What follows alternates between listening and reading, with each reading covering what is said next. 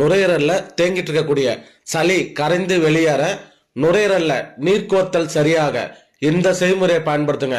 இன்னைக்கு நிறைய பேருக்கு நுரையீரல்ல சளி அதிகமா இருக்கு, கட்டி கட்டியா இருக்கு, என்னால மூச்சே விட முடியல, நுரையீரல்ல நீர் கோத்துட்டு இருக்கு, என்னால படுத்து தூங்க முடியல, படுத்து தூங்கும் போது மூச்சு அடைக்குது, எந்திரிச்சு உட்காடுறேன், இரும்பல் அதிகமா வருது, கொஞ்ச நேரம் கழிச்சு தான் நான் தூங்குறேன் அப்படின்னு சொல்லிட்டு நீங்க நிறைய பேர் சொல்றீங்க.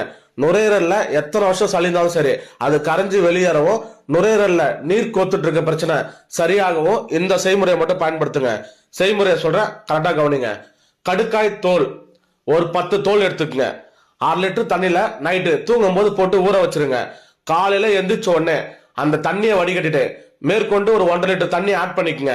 ஒரு நாளைக்கு அப்பப்ப 100 ml 100 ml சொல்லிட்டு தொடர்ந்து குடிச்சிட்டே இருங்க. வாரத்துக்கு ஒரு முறை மட்டும் பயன்படுத்துங்க. நுரையீரல்ல எத்தனை வருஷம் சளிந்தாலும் சரியாயிடும், நுரையீரல்ல நீர் கோத்திருக்க பிரச்சனையும் சரியாயிடும்.